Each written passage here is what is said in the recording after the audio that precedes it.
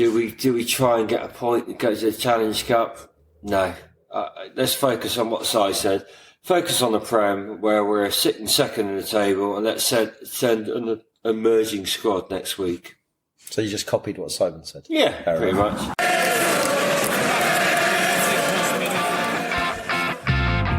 You're listening to Bears Beyond the Gate, a Bristol Bears podcast made by fans for fans, with 3 regulars at Ashton Gate who love the club, the game and all things Bears. This week, we look back on 2 Saturday fixtures, with the women getting a bonus point 43-29 win against Leicester Tigers women at Ashton Gate, and the men managing to snatch defeat from the jaws of a draw in the Stade Marcel Michelin in Clermont-Ferrand. It was another welcome 5 points for the women in their quest for a playoff semi-final, but given that they conceded 29 points to a team that were beaten 100-0 last weekend by Saracens, it definitely falls into the learnings and work-ons category. As for the men, it was the second year in a row that they got dumped out of 2 European competitions in one night, albeit in much more courageous circumstances than that dark night in Galway last season. Yeah. There is no doubt that we were handed an insanely tough group, but should we be expecting more, and did we get our game management right on the night? Finally, we look forward to the visit of Newcastle Falcons next Sunday, with all our fingers and toes crossed that we didn't pick up any more injuries in France. Is 5 points a non-negotiable, or will it be a trickier fixture than our respective league positions might suggest? I'm Pete, and I'm joined by Miles and Lee for a cheeky beer and a bit of rugby banter. Well, Miles, I say a cheeky beer because last week I should have said a cheeky 10 pints and a bit of rugby banter. And you particularly were in a bit of trouble last week, weren't you? As a lot of listeners have pointed out. What would you like to say to them?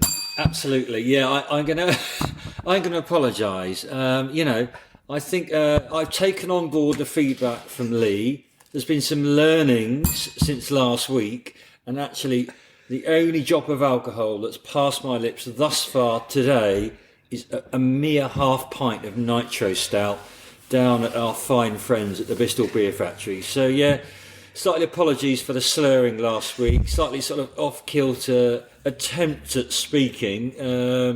But to be honest, Miles, there seemed to be 2 camps. There were some people that said they just had to turn off because we were starting to make no sense whatsoever. Yeah, but there were other people that said it was one of the best pods they've ever listened to, and it was comedy gold, particularly the bit when Simon Stone came in, and you then basically copied what Simon said, and I said, as has been done at the beginning of this pod, as people will know, that I said, well, basically, Miles, you just said what Simon said, and you went, comedy gold. Lee. Well, I'm going to stick up for Miles because we have to remember we recorded the pod straight after the game. We did. We'd all had a few sherbets, and actually, it was as real as it normally is. I mean, we don't normally get that drunk, admittedly, but we were as real as we possibly could be at that time. And Miles shouldn't apologise, in my opinion. I think it was honest, it was open, it was gritty.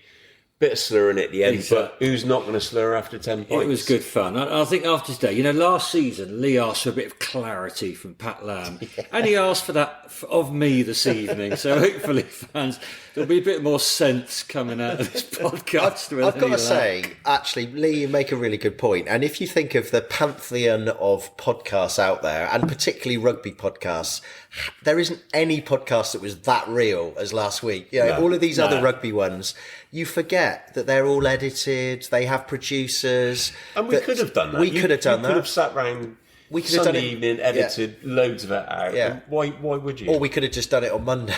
But we didn't, and I think it goes down in the history of the annals of quality episodes. Episode 187 is up there with the live pod, which also involved quite a lot of alcohol last year. So I think you're right. There was Miles. There's nothing to be ashamed of. Yeah. Cheers, Lee. But Lee, you're not looking too good yourself at the moment. No. I've had a pretty rough weekend. I knew, Miles is slurring last week, and I think he might have been doing a bit of French kissing me as well with his man flu. So I've caught the bug, and I've been pretty rough since Friday, to be honest. I've spent quite a lot of time in bed. I mean, no offence, mate, you don't actually look that different, but I'd take your word for it. No, this is the normal me. But so subsequently, I didn't watch a lot of rugby this weekend, so I was pretty much out of it for most of the time. So, I'm looking forward to... I've watched the highlights. Good lad. And I'm looking forward to just finding out how it really was from you two and interjecting while I can. Yeah. Okay, well, I thought because of the order of the games this weekend, and because Miles and me went down the gate to watch the Bears women against Leicester Tigers, I thought we'd start with that game first off. But also, because I had a bit more time this morning, I've got a little bit more organised than last week, and I thought it would actually be quite good for us to listen to Dave Ward's post-match summary of the game first, and then we'll have a little chat about, me and you, Miles, we'll have a little chat about the game and actually what happened in it, and then our thoughts on the whole thing. And Lee, you can jump in with a few of your sort of perceptive comments as well. Mm-hmm. So let's listen to Dave first, and let's chat afterwards. Look, on a 6-day turnaround, it was always going to be tough. I think the squad obviously rotated a little bit. I thought the players that came in did a great job. Look, Phoebe at 10 and Kira at 9, I thought they steered it really, really well. And I thought Holly Phillips, Simi and Eliane as a front row managed the game great in that respect. And look, our set piece is what got us over the line in the end. 4 tries as well. I mean, she'll be celebrating tonight. Yeah, she will, and rightly so, because it was her throw that obviously leads to the hooker gets the plaudits, but we'll be looking at it as a forward pack. And look, we've done a lot of work on that recently, so for us to get those 3 tries from the maul and then obviously the one from the pick and go was great work. You mentioned work-ons. I mean, you're always saying there's room for improvement. Yeah, perhaps today there was.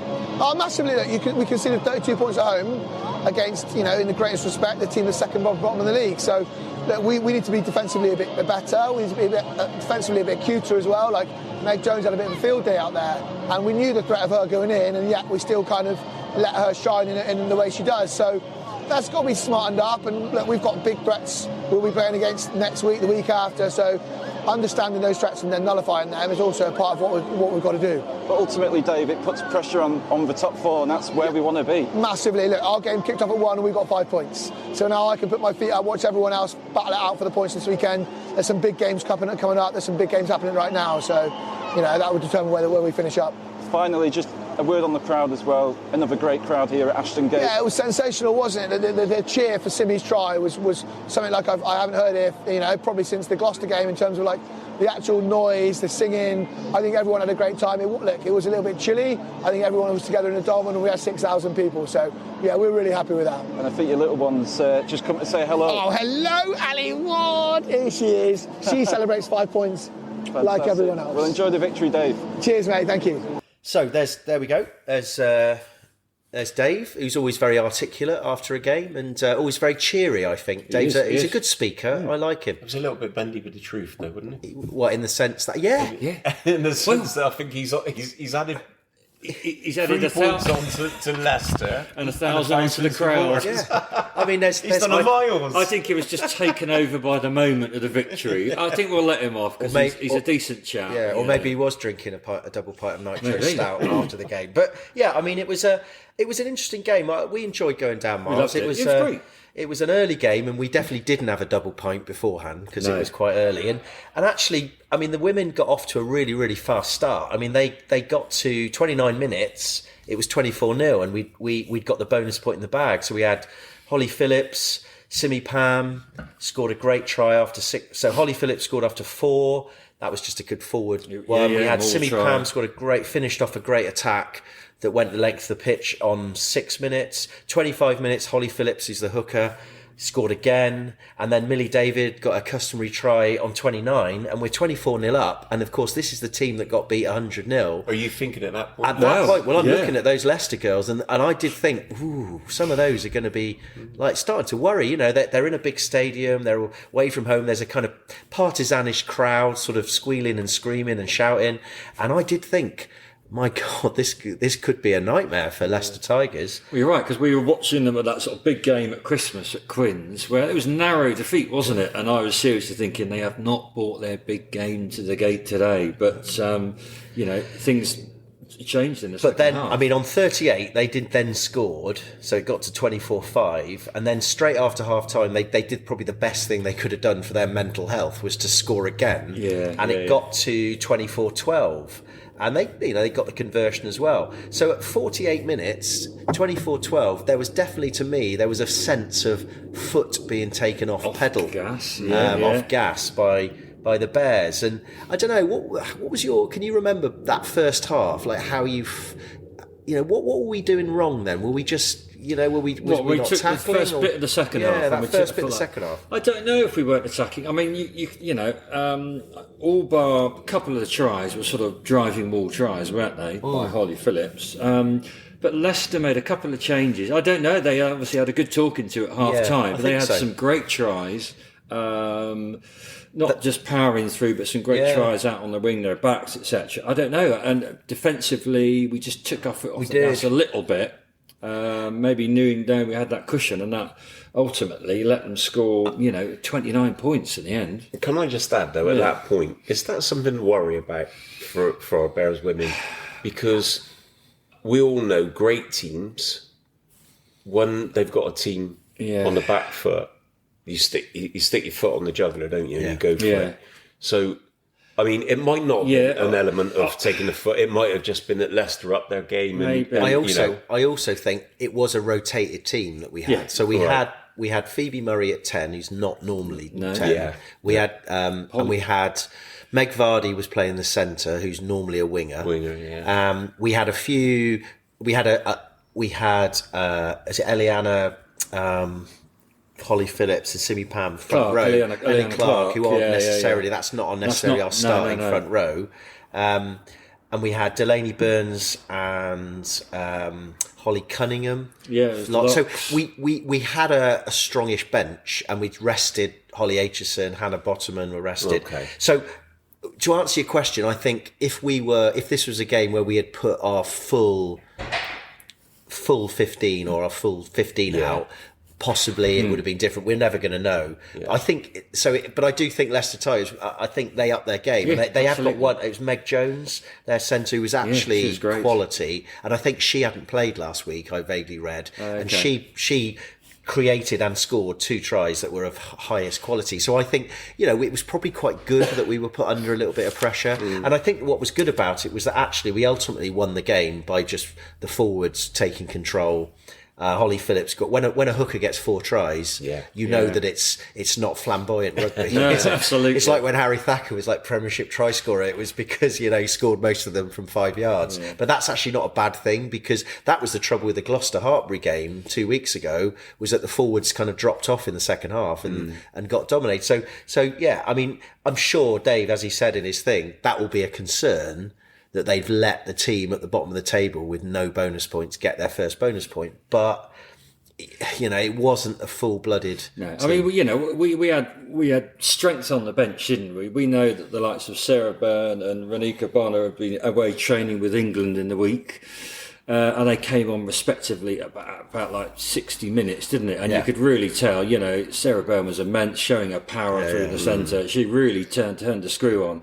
But I mean, I think Dave pointed out that our defence was a little bit leaky to some good tries, and ultimately, if we're going to put pressure on that top 4, as he said, that there are some work-ons, probably defensively more than attack, shown that game. We scored 7 tries to their 4. 5. So you cannot argue the effort in our power in the pack, and Holly Phillips, who.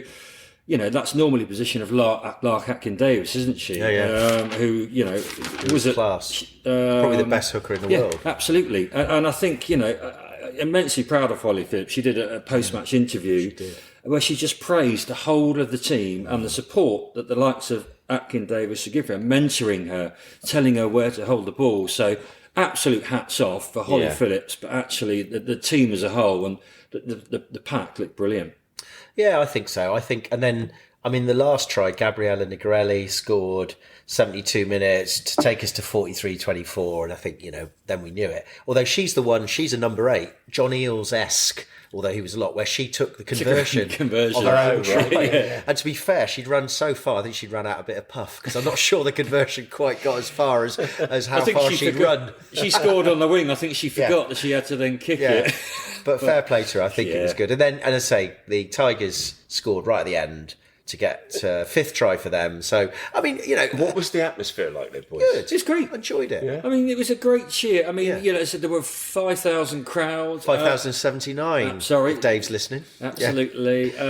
Great cheering. There was, I think, the lady who comes up from the south coast banging on her drum, There was wasn't she? the Good drum. atmosphere. I quite enjoyed the drum. Bristol. And there was, it was It was good. I really It looked busy. I mean, obviously, only the dolmen was open, but the whole of the central dolmen looked full. It was a great atmosphere. I mean, the BQs were all right. Should be with 5K, shouldn't you? I mean, actually, poor old Miles, they ladies weren't. queuing for the toilets, but obviously there was more of a we just female walked- crowd. We just walked into them, and Actually, Miles, the beer queues were pretty bad actually at half time down Well, the Dolmen, because I I didn't go went at down. No, half you went time. up there. I went down, and actually, I thought this is just as bad. It's like a normal men's game.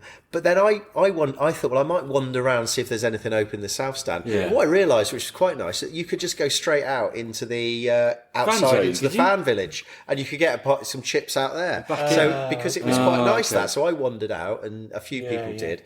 It was. It was.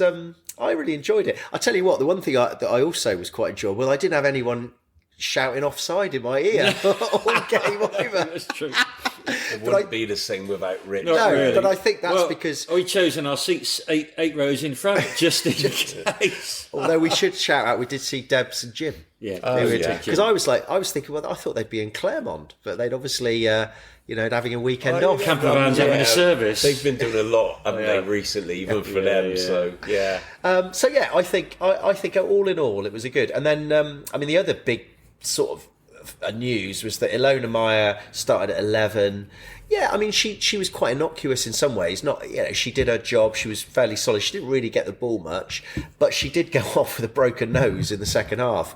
And I do think it was slightly to do with her slight inexperience of being a winger in a 15s game. And it was one of those classic ones that it was right in front of us as well. And this is kind of my memory, is that they were attacking and she, rather than mark her opposite winger, she was tempted to bite in to the runner, but of course immediately realised she was creating a 2-on-1 by doing it. And I think my memory is that she tried to then rectify that by she almost like pirouetted as if she was just in the final of Dancing in Stars, which made it look like she knew she'd cocked it up, and then she kind of pirouetted blind into one of our inside defenders, who she should have let come in, and then she got smashed in the face, and obviously there was a bit of blood, and then she went off. But I've never seen somebody in pain cheered off as if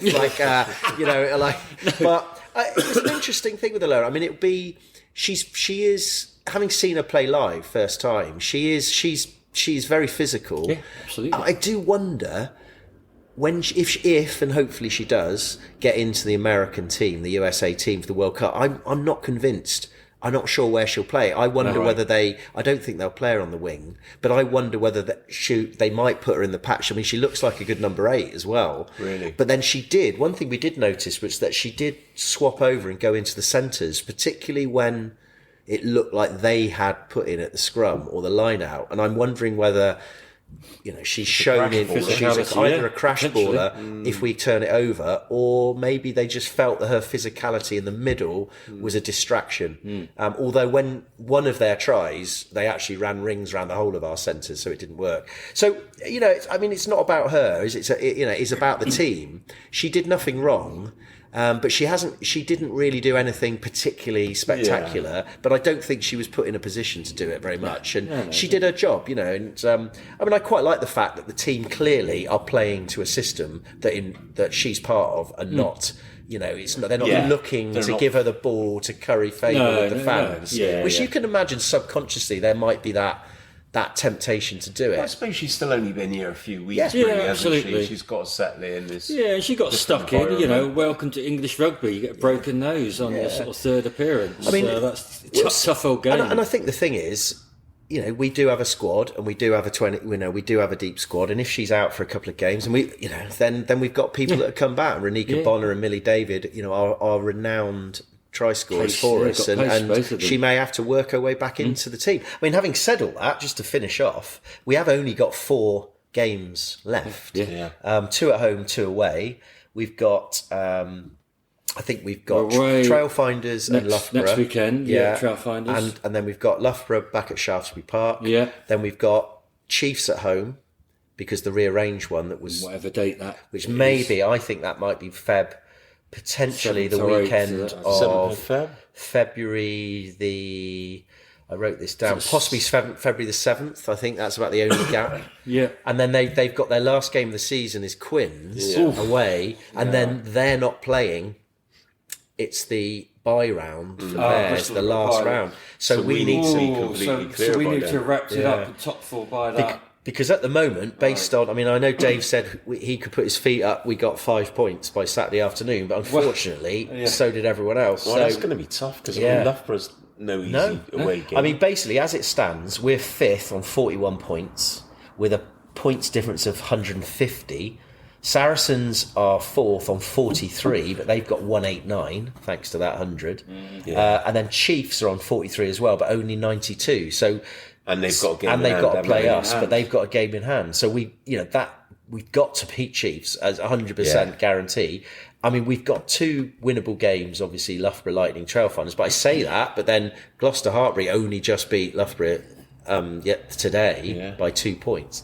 I mean, it's basically we don't want to be going to Quins Needing a win, with thinking that even 5 points may not be enough. We've got to be going to Quins thinking we've got some sort of daylight. It's gonna be tough, but they went there last year and they know what they got to do.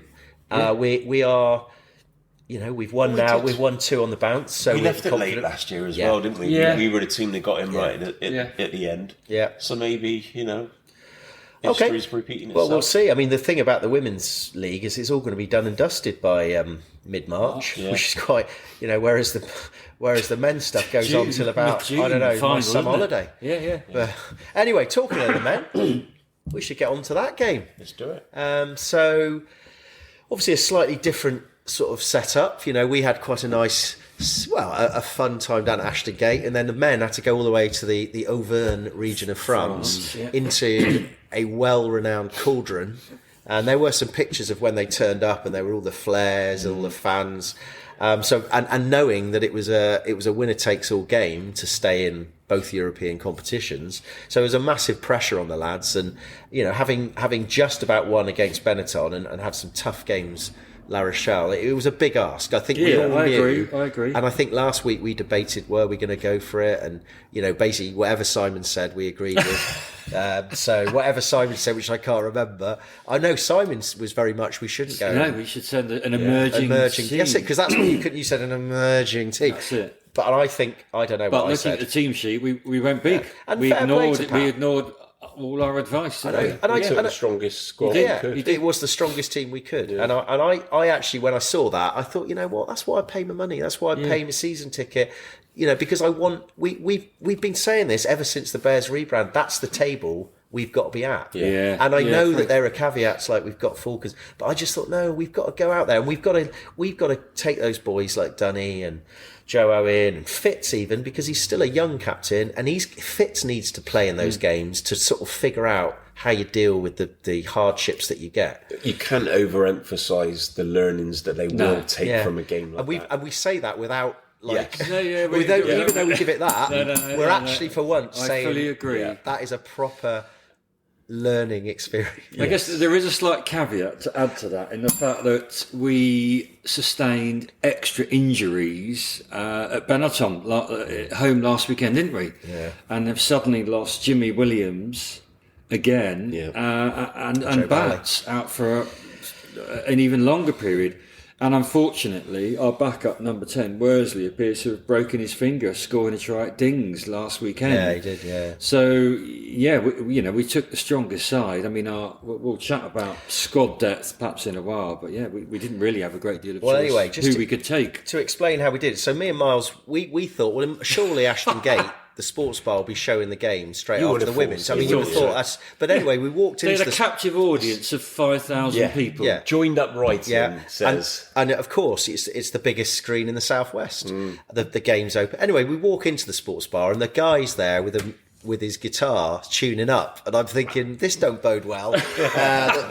Anyway, because there's about 15 minutes to kick off, and anyway we sit down, and then suddenly we see on the big screen it's Premier Sports, and they're in Premier Sports Channel 2, and it's Northampton Munster, and I'm thinking, oh, that's all right. And then there's a guy there with the controller, and we bump into Andrew and his missus and also Marcus Watts, and we all think this is promising. We might just stay in the sports bar and watch it. Yeah. And anyway, we go, mate. I think fair play to Andrew, and they had free crisps on the bar, and they're very friendly. The bar stuff. And Andrew goes off and says, "Can you turn over to Premier One?" Because we looked on the phones and it says on the schedule Premier Sports Channel 1, Bristol Bears, Clermont. Yeah, we're thinking, happy days. Turn on to one. It's Liverpool, Brentford. Premier League. We're like, what's going on here? We don't even have Premier League's on TNT and Sky Sports. Yeah. Anyway, we're very perturbed by this.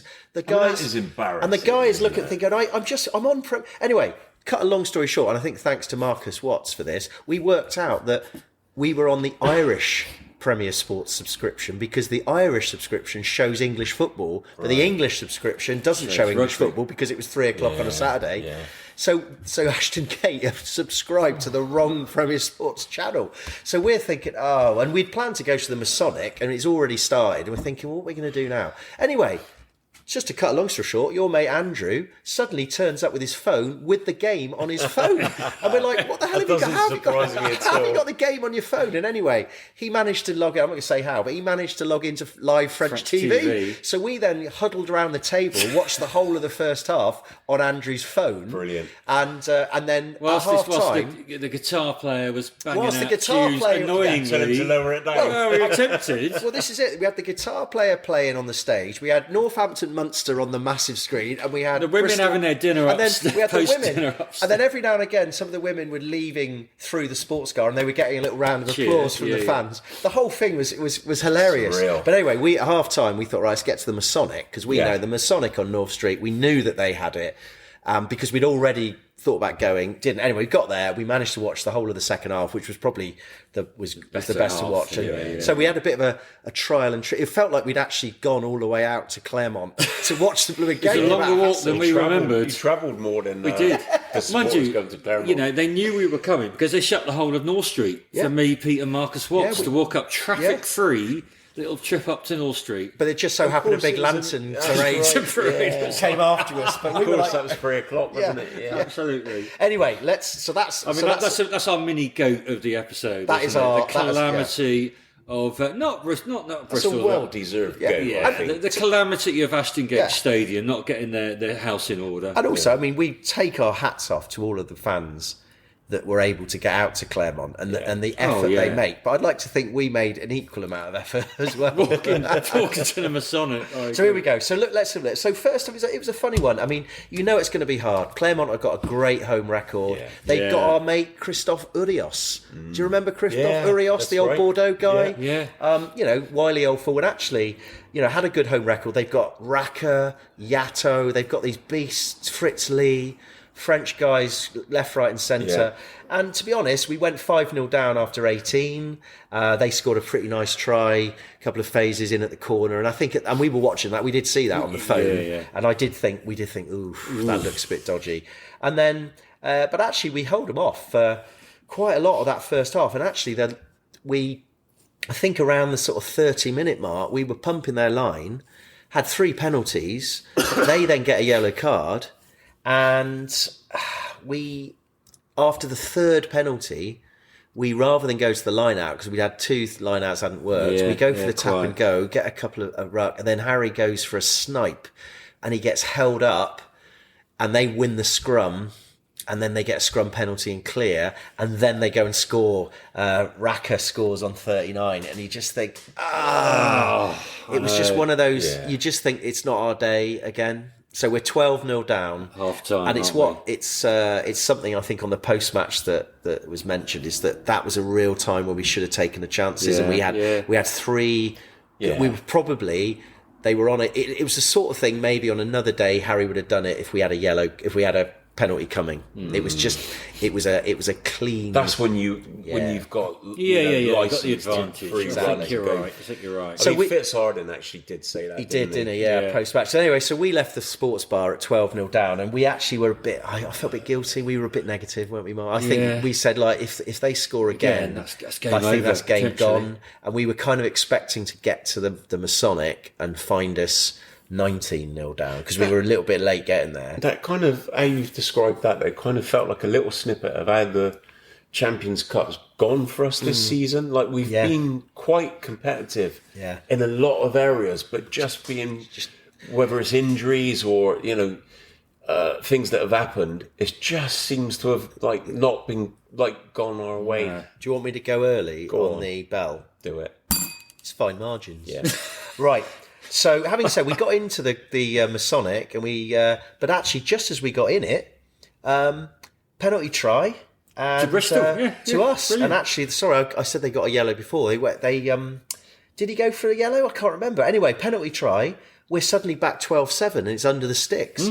And of course, that's when it was 59. Yeah, we get a penalty try, but then on 53, Raka scores. Yeah. Again, so it goes 19-7. It is one of those. We were debating this before we recorded. Was there a case of when we score and concede? And I think there was. Not quite. Although Well, it really necessarily made a difference in the whole scheme of the game, it was another frustrating moment where we'd got back in, silenced the crowd a little bit, and then they score again. So 53, we're 19-7 down. I don't know. I still think this is going to be a tough assignment. Yeah, agreed. We Like get you say, they don't lose at home. no, they don't lose at home. Mata comes on. Thacker and Calavetti, Ravovo come on. So we put our bench on. It's a strong bench, and actually immediately makes a difference. 61 minutes. Everyone thinks Stevie scored, or social media thinks Stevie scored. Premier Sports thinks Stevie scored. A bit later on, Stevie comes on and says, actually, it was James Dunn that scored. And made a public typical typical. Dunn, What a legend. So Dunny scores, gets to 19-12, and then we we're should thinking, say, now we're in it. How proud are we of the boy there? Oh, the boy. I mean, The lad. to score there in that hostile environment, that was brilliant. I for feel Dunny. like we Loved it. sponsor James Dunn without actually giving the club any money. He is our favourite. Isn't He is our fave. I don't talk about him enough. He doesn't need financial incentive. We've got He his back. knows that we've got his back. Yeah. I'm sure he thinks about that every day. We've got his back. If he's in Withywood, you've got his back, haven't you? Yes. Right. So we're 19-12. Noah then Heward scores again, and it's a great try. It's Harry Byrne. You follow Chip over the top. Chip Is that the over. one? Brilliant, wasn't Lovely. it? Great invention. And there is there was a bit where I can't remember who picks it up. It's Joe Jenkins. I think he Yeah, it was gets Jenkins. Like And he's then like, Bernard? and then it's to Bernard, and Bernard then pops it to someone else, to Marmion. Oh, no, Marmion's not on then. Bernard pops it to someone. Bernard. Yeah. Jenkins. Back to Bernard. Yeah, and then Bernard out to Heward. And Heward still had quite a lot to do. he And took his chance. we talked about him being maybe a little bit ring rusty last week, but I think that try proves he's back up to match speed, and we really need him. He did show his gas, and bless him, he had the time and the inclination. He put it down under the sticks, didn't he? it was a good Great finish. try. And Great it's, finish. so we're now suddenly 19-all, and Harry Byrne scores a conversion. We're 19-all. Then Kieran Marmion comes on, after that. And we know he's a good finisher, Marmion. He's proven this, that he's a good finisher to come on. And then they get a penalty 72. They opt to kick. It took a long decision to make, wasn't it? They were a Yeah. little bit nervous about. Yeah. They didn't think they could break us down because we were really on it. So they kick and it misses it. It drifts wide. And then Genji goes off after a big shift, 75. Big Jan comes on. And then we're 19-all. And then, to be fair, they're putting us under a bit of pressure. And then, lo and behold, a kind of maul goes down. Yeah, And then the we've got an ref opinion doesn't on give this, anything. haven't The we? ref gives it as a... I don't know what the ref gave it as, but it was almost like it was potentially... it was they... I thought I think it went dead. Or I think it went dead knocked- and put in Bristol at 5. They knocked it That's on, what I yeah. thought it was. And then suddenly we're thinking, brilliant, great, that was good. Anyway, TMO gets involved. And then on the slow-mo, that you see what they're looking at. They're looking at Fitzharding's kind of underneath. But he definitely is not in any contact with any French player. The ball is like high up somewhere else. And then you see a French guy land on top of Fitz. and Fitz is deemed to have collapsed them all and gets a yellow straight away. I mean, there was no way in the world. It was tough. He was bringing that down. It was tough. He was a bit naive. He was in the wrong position. Yeah, That happens. But it happens. That yeah. happens all the time. But yeah, there was no way I guess that was the it cause. slowed down. It looked bad, didn't it? He collapsed under them all, on the sort of Clermont side. To me, it was the Maul collapsed Fitzharding, not Yeah, Fitzharding collapsing the Maul. And like you say that, Miles, when you slow anything down, it always looks a million times worse. And I think we don't like to bang on about refereeing because it is a tough job. But my only comment on that is that the ref was right there and didn't give it. That's right. So why is a TMO suddenly getting involved when you've... I still don't know what the parameters are of when a TMO can override the decision of a ref who's right on the spot when it is clearly relatively marginal. But anyway, let's not bang on about that. Yeah. It is what it is. But we should say, actually, going back to that first half when Byrne got the yellow card, I think the referee had called it a cynical offside. Cynical offside. It wasn't. It was a Leinster offside. They do that all the time. Yeah. So It was a Saracens we need offside. to clear that up as well. It was a Saracens offside. It was.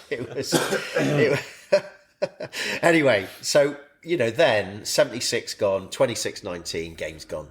Feels like it, doesn't it? But, I mean, I'm sure if there's an equivalent Clermont podcast, they'll be going, can't believe we scored and then conceded straight away. And then, so it does happen to other teams, let's be honest. Yeah. So we then go and score straight away, and it's the finisher extreme, Kieran Marmion. And then I think what should also be mentioned is that Byrne gets the conversion from the touchline. Great kick. Because that was the thing, when Marmion's gone in the corner. Yeah, you're thinking, this is going to be so typical. Yeah. Byrne's going to miss this kick. Great kick, 26-all, and then we are under the cosh for about 4 minutes. And of course, everyone who's, there's been quite a lot of debates. We end up getting the ball back. We're 26-all, we're on 8 points. And what do we do Remember, now, we're a fellas? man down, And where our we're a captain man is off down. the pitch. Yeah. And just to talk it through, my memory of it, we get a ruck, we pass it out, it goes through the centres, we're a man down, and it gets to Benjamin Elizalde. And the fact is, their defensive set is fairly good because he feels obliged to cut back inside on his 22. And I'm not blaming the lad at all because he's kind of got the ball and he's got to do something. Yeah. And then we were screaming in the Masonic as one. There was everybody was getting involved. It was brilliant. It was community screaming. It was like what you live for. We were just screaming, don't look, like at the very least, we'd started screaming, just kick it out. And then we started screaming, just Don't look after the ball. Yeah. Don't lose the ball. And before we know it, the ball pops out on their side. And then they score. And having defended like Trojans for 5 minutes with man down, it's the easiest try. They just pop in over there. And It was inevitable. The power without Fitz on the pitch, it was inevitable, wasn't it? We thought we know where this is going, and ultimately, it was heartbreak. 85 minutes, Clermont score. And this is what I mean. I was at that point. I was fast asleep in bed, dosed up with ibuprofen, paracetamol, everything else. But that is one of the reasons the Bath game should have kicked off at the same time as our game. Well, I think we'll come on to this because I mean, let's just finish this off by saying so that basically left us, as we all know now, bottom of the table. Yeah. We're on 7 points. We drop out of the Champions Cup, which I think probably we would have accepted that could have happened. But it's disappointing that we're also out of the Challenge Cup. Just disappointing that we were potentially in it. And of course we have won that before, and it's another kind of bit of excitement for fans, blah, blah, blah, blah, blah. Well, it's the most excitement we've had in the last 20 years. And so the reality is we finished on 7, minus 52 points difference, so it was the worst in the league. Bath finished on 7, on minus 12, and ironically don't get a point at all. And Benetton, fair play to them, and Andy smashed La Rochelle and way out of it. So it's led to some good debates on social media, and I think I don't know, one of you must have tweeted it out. Miles tweeted it out. We got a lot of response, and of course there's two camps. I mean, first of all, I think everybody agreed it was a gritty, brave performance from the team. No doubt. And despite the wasted opportunities, a lot of pride. line out was a bit dodgy. Set piece scrum wasn't too bad. and we didn't make the most of our red zone. And since the Leicester game, our red zone efficiency has kind of gone downhill a little bit. But that's maybe, we played some half decent sides as well. So let's not get. And then of course the second half was a fantastic spectacle. The comeback, the crowd, they come back, ebbing and flowing. Boys, I mean, the likes of James Dunn and Joe Owen just looked like they were absolutely loving being in that cauldron. I agree. And actually thinking about the last, when they played Saracens at the Stonex when I went, and it was an equally kind of difficult second half where they were trying to come back, I reckon they were motivated more by being in that cauldron. Because there was the kind of energy around the French, whereas in the Stonex it's a little bit sterile. I actually think, ironically, that might have been a reason that kept them all going. That defensive set, they were like, this crowd are whistling and booing, and actually it's kind of motivating them. And of course, some great stuff. So, but the big debate is, and let's open this up. Should we have taken the 3 when the clock was in the red, or should we have gone for it like the Bears way would suggest, and then got ourselves a win potentially and got into the Champions League? And the fact that we didn't, and now that we've gone out of both, is that a good thing or is it a bad thing? Who's going to go first? Yeah, I mean, I think ultimately the Challenge Cup was, the Champions Cup was something that was never on the agenda of us winning. And I don't just say that as a Bear supporter. I think that an English team winning that is highly unlikely for the foreseeable future. There's so much money in French rugby, the Irish teams, Leinster. It's to lose Leinster, isn't it? Yeah, let's face it. It's almost Bordeaux. It's almost become a little bit boring, I would say. In degrees of like Man City winning the Premier League, and it's kind of got to that level now. But obviously disappointed in the Challenge Cup initially because, like you say, it was a day out, or it would have been a day out somewhere else. But I think ultimately the big aim for us is the Premiership. And I think that more importantly than anything else now, we've got a period of time where we can get the physio team going, get the medical staff going, get some players back out on a field and get these injuries sorted out. And I think we'll come back, hopefully we'll be back to the same sort of squad we were at the beginning of the season when we were, let's face it, tearing up trees. So, I mean, the benefit of hindsight is fantastic, as we all know. We've all got doctorates in hindsight, haven't Absolutely. Yeah. But I think ultimately it's not one that I think is a positive that we're out of both cups and focus on one. So, Miles, you were apoplectic with rage. When we didn't kick for the 3. I agree. I'm going to disagree because I feel I'm hugely disappointed that we are completely out of any European Cup. For the second year in a row. For the second year in a row. Okay, we weren't dumped out in the appalling fashion that occurred over in Connaught last year, where we were just playing a completely different game that didn't suit our style. And to go back to sort of beginning in the pod, we were in an impossible situation with the group we were put in. I mean, let's face it, we've got, Leinster. French teams don't travel well, but we had 2 French teams at home, which ultimately proved just a step too far. And, we could have narrowly lost to Benetton last weekend and we wouldn't have been having this conversation because that trip to Clermont could have been an irrelevance. However, I did liken myself, and I put this on our group this morning, I liken myself to a Brexit negotiator. Pete and I and Marcus, we were in the thick of it yesterday. We were in the passion of the game. And I felt like saying, take the deal, take the bloody deal that's on the table.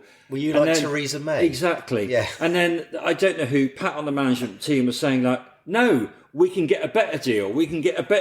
Let's try and go for the win. We've got an oven-ready deal. We've got an oven-ready deal from our 22. And ultimately, with 14 men. Ultimately, we got a shit deal out of the EU and the French yesterday, and we're totally out of Europe. I would have loved. It's a great analogy. I would have loved to have one more. We knew it'd be a away trip because we were dropped down to way down the challenge. Had to away win, but I would have loved one more away trip that we possibly could have gone to, and that's could have been Gloucester. It could have been Gloucester, but that's because we were watching it live, and that was the passion on the day Yeah, about, yeah. we had something in our hands. Ultimately, we would have kicked them down the road completely out of both cups. Yeah. That's And the that is also irony, another and that's irony. also a hard pill to swallow. So I totally agree. It was a really difficult task, and we can concentrate on the Prem. But I would have loved one more competition. One more bite of the We cherry. one more away yeah. game that we could have talked about Yeah, going to, yeah. and not quite getting round to it because it's so difficult to get So to the there's, centre. everyone will have 50% will have one. Your sort of position, half of mine. What's your thoughts? Well, Pete? no, I think Lee's going to come back because it's the negotiation. He's come back with another Oh, is offer. he? Yeah, no, I You're was coming gonna back to the table. I Are was, you? I was actually going to say, I don't think there's been a try that's been scored that's been so divisive Yeah. between Bears supporters. I did the post article for us for our column tomorrow, and it did literally seem to split our support base in two, because there was plenty, and I do get where you're coming from, Miles, and you, Pete, as well, but I get that kind of, when you're in that passion, and no doubt if I would have been watching the game with you, I would have probably felt the same way. But I had the benefit of being stuck in bed for all that time. It went over my head. But I'm thinking more of a practical point of view. But I will say there's a lot of case to be had. Like, people were saying, well, we've got world-class facilities, training facilities. We've got world-class players. Pat Lam chose to have a small squad. The injuries, all right, you can't do anything with, but there is a foundation for almost like a counter story here of like, have we put ourselves in that situation? Would we have been more competitive if we'd have had a bigger squad, more players to rely on, so we offset the injuries? There's a you can see why it was so divisive. I think the other thing is that remember that night when we won the Challenge Cup? But Barely. none of us could. Well, you can't because you were in a blooming pram. But none of us could go to that game. Nobody could go. No. And we've been waiting since that night, really, Yeah, that's a glory game. that is a bloody good We've had point. some good games, but we had a glory game against Quins that we blew it. We've had nothing since. We've had not even anywhere near. No. We almost made it to the playoffs last year. Now, I get it. We've got a small squad. I get it. But, we've had terrible injuries. And I do think we have had, every club has bad injuries, but I do think we've been unlucky with injuries. But at the same time, that I don't think the players, I maybe I'm wrong here, but I don't think they look at it like that. I think they want to win every game. And they would have been, if we had got through to the Challenge Cup knockouts, they would have planned accordingly. And we would have still had time to get people fit, because we'd play full, because then we've got a load of time. And so what if we're on, like, other teams are going to be fighting on different fronts, and they seem to cope. And I just felt at the time, I just thought I want to be in it to win it, and I get it. I do get it, what people are saying. But the thing is, if we then don't get anywhere near the playoffs or lose in the semi-final with the They'll be Prem, retracting we'll look that back and statement, think, won't they? well, we could have had a chance of something else. And I just think these are professional players. I think they want to win. If they had the attitude like, oh, it's all right, we won't win that and we'll do better I don't think top level players think like that. There's no, And I don't think professional Pat thought like that, athlete, to be honest. That's why he put out that's why he put out his strongest team. That tells you. Yeah. So whilst I think it was a mistake not to kick it, because in hindsight, which is easy, we would have gone through. And I do think that actually maybe I think it was mistaken to think that they could have won that game. I still think that the intent was there for us to be in the Challenge Cup or the Champions Cup. And from that reason, I'm disappointed that it didn't happen. Yeah, and we should say, man, we have been competitive in all of the games. I think that Leinster, I mean, let's face it, we lost AJ. We played played Bernard, didn't we? Because we had no other backup really to throw in. No. Like, I know we had Worsley on the bench, but then no game time whatsoever. So in that Leinster game, we had them ruffled. They employed the dirty tactics all the way through. We did really well against La Rochelle for a massive period of time. Again, another big French team. we beat Benetton, Treviso, tin pot team full of Italian internationals, and we played really well in Clermont. Yeah. So I mean, we were in it. We weren't a million miles away, but we got nothing from it, and that's the disappointing thing. So I think we got to move on because it's the end. The deadline for Brexit, as it were, is coming. Well, we need to know. So yes or no? Should we have kicked it, Miles? Simple answer. Yes, definitely. Yeah. We were yes or no? We were 80 points. Yes. Our captain was off the pitch, and we were in a defensive set. Yes or no? Yeah, we should have kicked it, but I'm happy with the outcome. And I'm also we should have kicked it. So there we go. Deal done. Right, let's move on. But what? Are we going to talk about backstop? Are we going to roll on to timings of games? Well, I think the last thing we need to say is that and the nature of the competition. You say quickly, Miles. Bring that in. Okay, so you're right. If kick-off times had been all the same, which they should be in knockout rugby, we would have known maybe a minute earlier that Bath had got nothing from it, and that kick would have been a given. That what are your thoughts? Yeah, I mean, absolutely, and it needs to be talked about. The whole reason the last games should kick off on that level playing field is that there's no in between. Yeah. No. It's like everyone knows they have to win the game, whereas Bath took to that field knowing they didn't have to do anything at all. And also the other way around, if it had been Bath had played Leinster at 3:00 and we knew that they got no, they got no points, we would have known exactly what we had to do. Exactly. It is a farce. It is a total farce. It devalues the competition. Yeah, I fully agree. This is the elite competition in European rugby, and it devalues it. Yeah. Well, I think the whole nonsense of the pools and the structure is an absolute nonsense and has been for 2 years, hasn't it? In my opinion, and maybe a lot of others as well. And but anyway, and we all know that it's going to be Toulouse or Leinster that wins it anyway. Yeah. So Guarantee it would be better to have a more competitive kind of second tier where anyway, that's maybe something we can talk about in the Six Nations when in that 2 week break when we got no games because they're all playing Challenge Cup semi-finals and stuff. Anyway, look, we've got to move on quick, and we're not going to hang around too long because we know what we've got to do. We've got Falcons next Sunday, the last game before a big break before the Six Nations. I worked out from our fixtures that once we've played Falcons, we've got 7 weeks before we play Gloucester, although we do have the Queensland Red game after the Falcons game, which I think they'll put out a pretty strong side for that because it's a season ticket game. So fundamentally, we got almost 6 weeks to get people back. So we are in second place. If we get 5 points, we're going to still be in second place. And that's not a bad place to be, despite all of our injuries and despite everything. But would we? So we can't guarantee anything. Last year we put nearly 100 points on them. They we know they're a strong outfit. I'm quite glad we're playing them at Ashton Gate, not at Kingston Park. But personally, I think we have to. It looks, if we got most of the team that played on Saturday still fit, I'm pretty confident that team will bring home the bacon. What do you think? Yeah, agreed. I think we have to earn the right. As do you want to do the cliche bell again? Well, you do have to earn the right. And I think once we've done that, I think we will win. And not necessarily comfortably, but I think 5 points. And I do think Harry Byrne will make a big difference. I think he'll manage the game.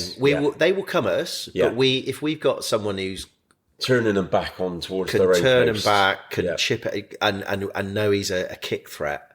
I think there's been hints already showing that he knows how to do that. A couple of great long kicks against Clermont, and also weapon in your armoury, isn't it? So I think we'll be missing Genji and Randall, I imagine, because of some nonsense England pre-camp. But Marmion's in great form, and Genji played well. I thought it was back to his old ways, but we've got Jake Woolmore, we've got Jan Thomas, we've got people we trust.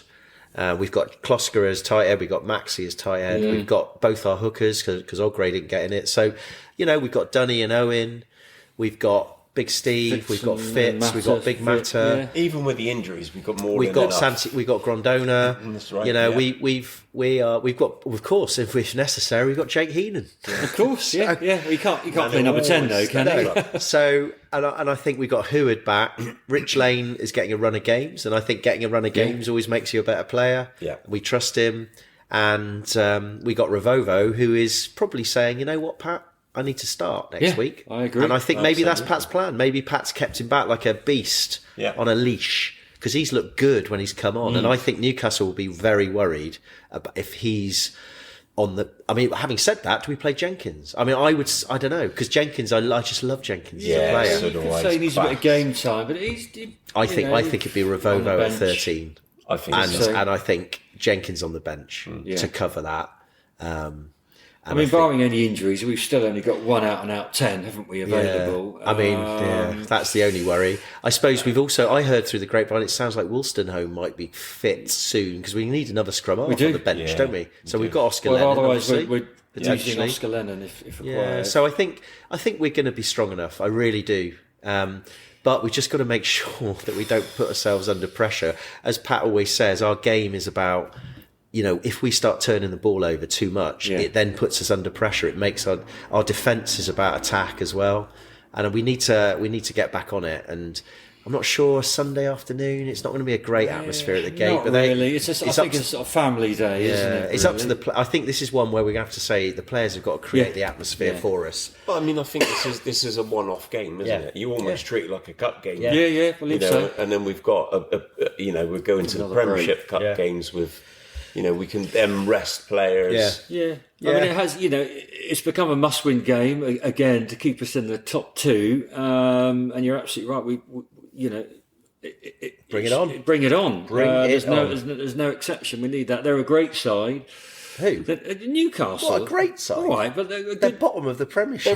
They're a tough dogged side. tough That's dogged what side. you mean, isn't it? Yeah, I know what you mean. They're a tough side. They're a proud side. proud side, And they will give it fight. Of course. I Yeah, mean, they I have know. given it fight. Yeah. They've beaten Saracens at home and they've taken other teams to the wire. Yeah. They potentially haven't got the depth and energy and potential fitness past sort of 60, 70 minutes, and that's hopefully. And they'll be annoyed that we've nicked their best Argentinian player as well. He's here on rehab. And I reckon we need to get him out on the old hospitality bell, just waving at them. They're like, all right, boys, they're paying me twice as much here. You want it? Yeah, you've seen the massages they're giving me. Oh, yeah, look at that. I'm just going to go for a coffee in Clifton. I've got 3, and my mate's got a coffee shop. And also, free we've down got the here. most experienced medical team. We've got so many injuries in Bristol. Yeah, I've got a private clinic, and we've got a sauna that's been put into my room. I'm saying is we got to be careful. They've got Lamaya and they've got Radwan. They're all dangerous players, And very Chick. experienced. Yeah, and, Chick, Callum Chick, Chick as Chick well. plays for the shirt, for the jersey. They're not going to come down here and roll over. you're right. That's my sort of point. I know what you're saying. We cannot take them for granted. No, but if we get a absolutely good not. start away, and if we go fast and get a good start, we just can't let them in the game by making mistakes, which has been our downfall at times. You need to snuff them out, don't you? That's what you need to do right from the start. We do. We need to give them a good old West Country welcome. A shellacking. Yeah, a shellacking. It's time. We need to be saying that word next weekend. We do. Shellacking. Well, look, boys. So that's next Sunday. It is. 3:15. Are we kickoff. agreeing no double pointer before the game? It's a Sunday at 3. I think Lewis usually gives us a double pointer. We're going to have to say, if Lewis is listening, if Miles asks for a double pointer, it's Decline not. It's it. a single Ask pointer. for his ID. Yeah, ask for his ID. Well, I mean, I think the whole of my family are coming, so that's that might out help. of the question. That's going to Sunday. make you drink more, isn't it? Well, they're not. They're sat in the row behind us. Oh God!